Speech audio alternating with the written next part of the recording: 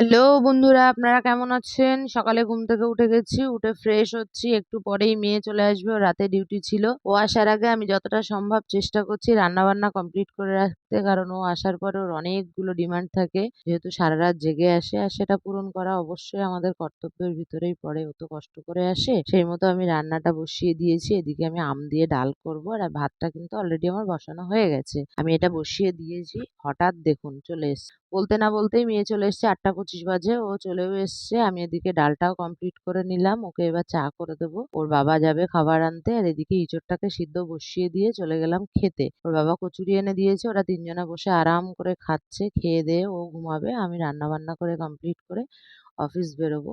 তাই সেরকম কিছু আজ রান্না হচ্ছে না। ইঁচড় করেছি, টক ডাল এবং ডাঁটা দিয়ে আর সর্ষে দিয়ে রান্না হচ্ছে। আর কিমা তৈরি করে গেলাম। ওরা খাবে, দুপুরের জন্য করা থাকলো। আমি স্নান সেরে রান্নাবান্না কমপ্লিট করে অফিসের জন্য বেরিয়ে গেলাম। রাতে আবার একসাথে দেখা হবে। ছুটির দিন ছাড়া আমাদের একসাথে আর সময় কাটানোই হয় না। এইভাবেই চলছে দিনটা। ভালো থাকবেন।